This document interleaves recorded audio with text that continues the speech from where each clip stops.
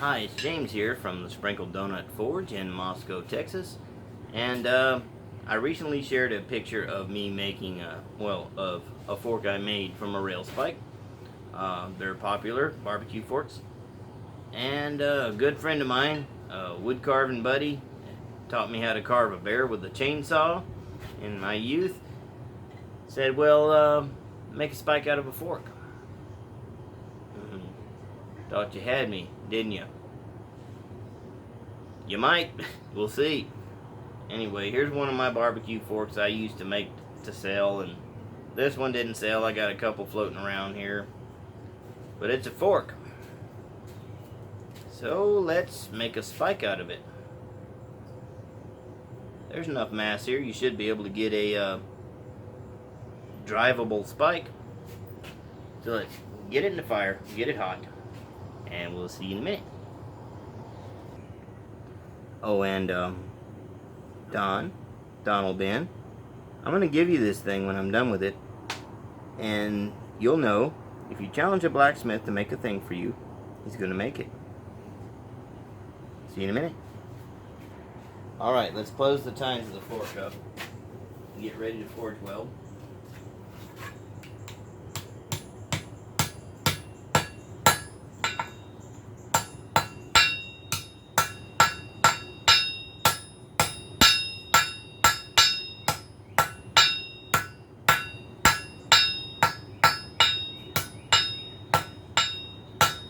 Wouldn't be right to use a regular dinner fork because that's not what I made out of the spike.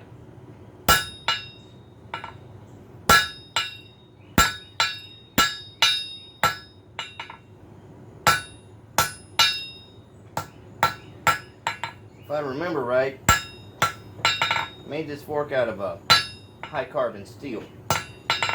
I hope it was not spring steel, because 5160 spring steel, like you get in coil springs and leaf springs, does not like to weld to itself. It takes the ideal conditions and the right techniques. The fork is closed. So before I fold that over onto the stock to continue making it bigger, I need to weld that with a hammer. See you in a minute.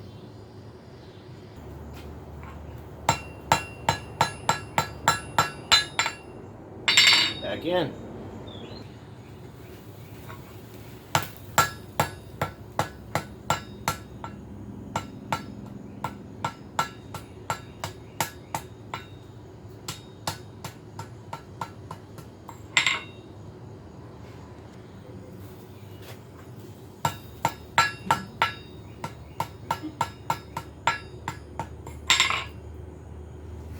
Welded.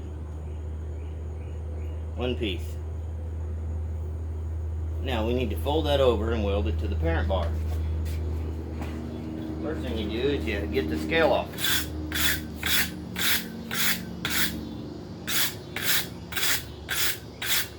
A lot of people use a flux to prevent oxygen from creating the scale. I don't like to do that.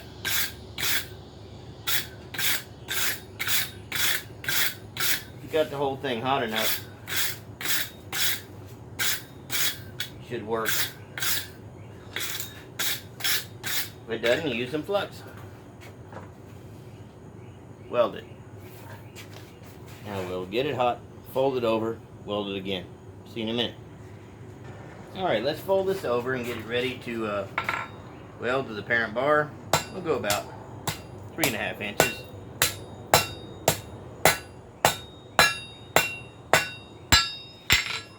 Hold on.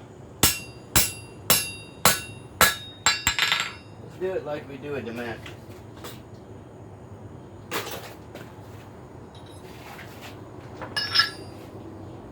Cut and paste.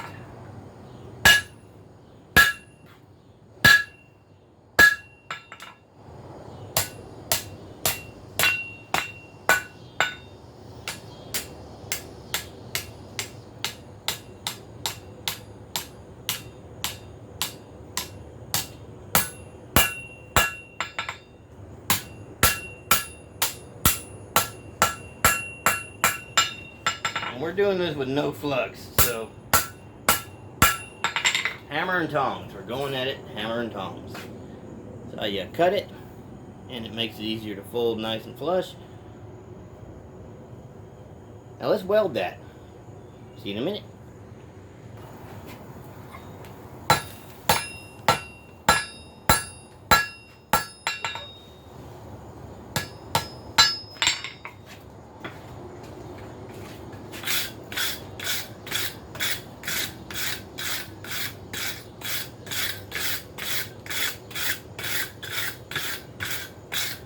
Scale off.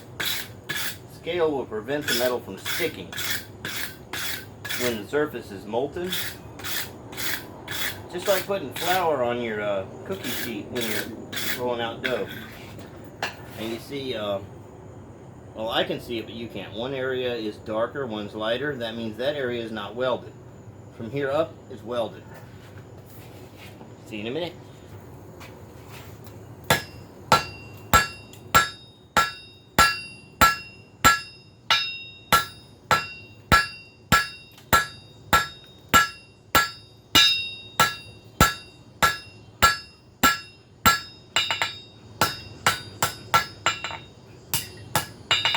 Okay, we got about 50% weld here.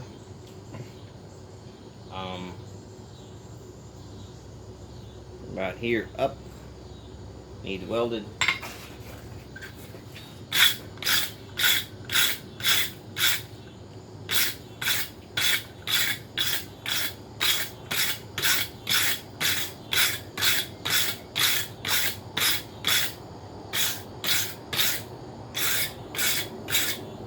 So I need to focus my heat on the tip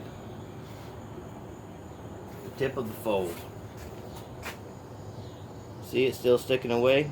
Notice it's not glowing as bright as the rest of it because it's not stuck to the other billet, to the parent bar. So we have to get that heat there, and it's scaling up, so I'll get it back in. We've got to get that heat there enough to where both surfaces are liquid enough to bond, and that's how you weld in the forge. Scale will keep it from sticking. So far we're not experiencing a lot of that, so there you go. See you in a minute. Needs flux. Put some borax on it. Pour it at welding heat. Clean it up. Pretty clean. Have your borax ready.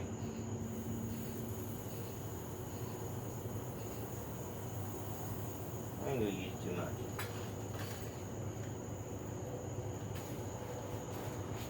Plunge it in the cherry.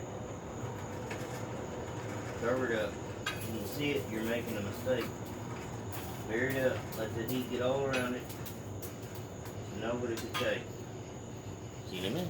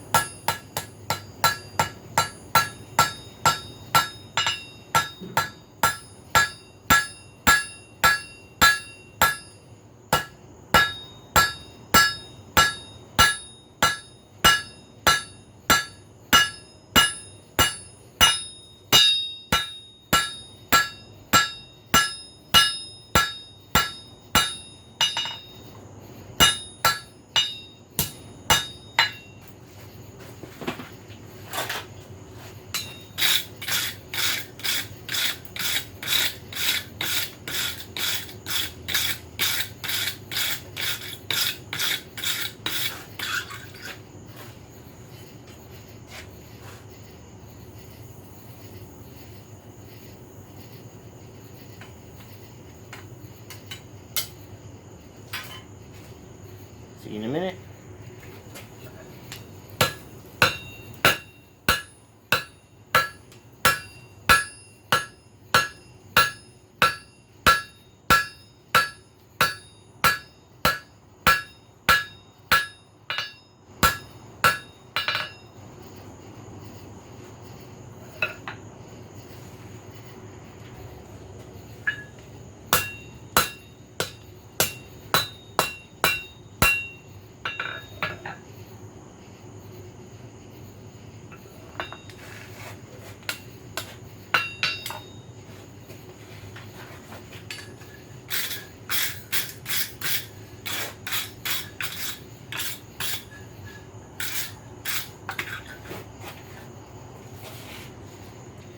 hear people talk about that anhydrous borax and all that. It absorbs some moisture from the air. So just lay over here in the spoon, have it ready. It dries out. Good to go.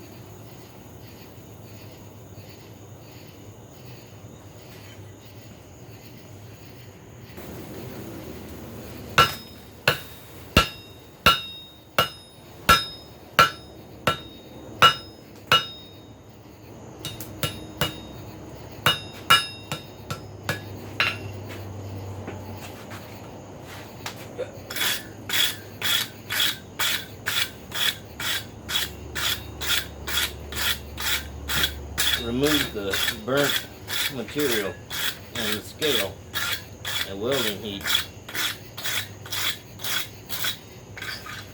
Flux.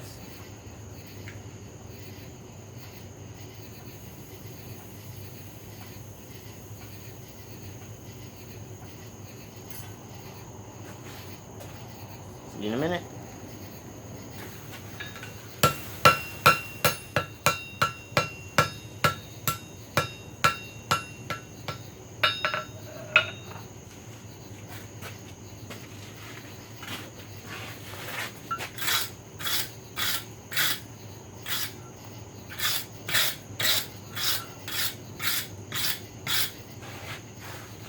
Need no borax now.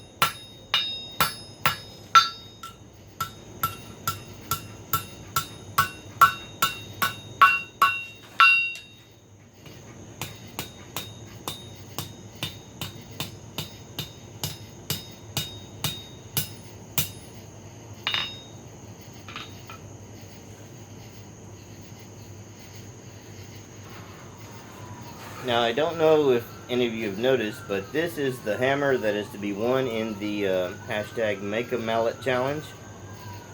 To make a mallet, a wooden mallet of at least 2 pounds in mass that has a smaller than normal surface area, can deliver more PSI with less force, and be stronger than a normal wooden mallet.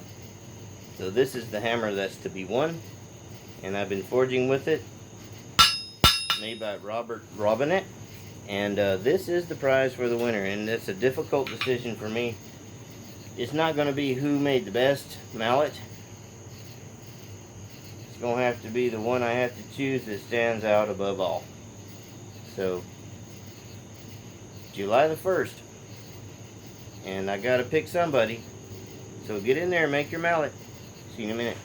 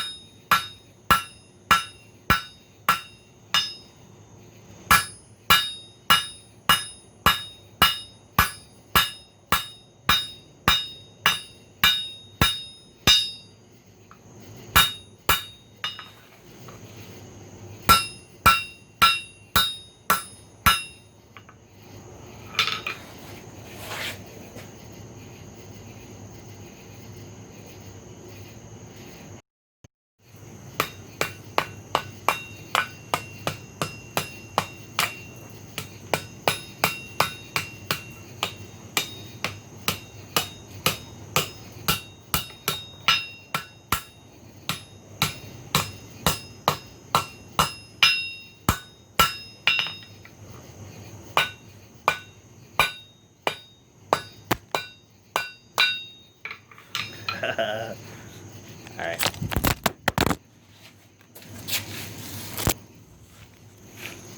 Oops.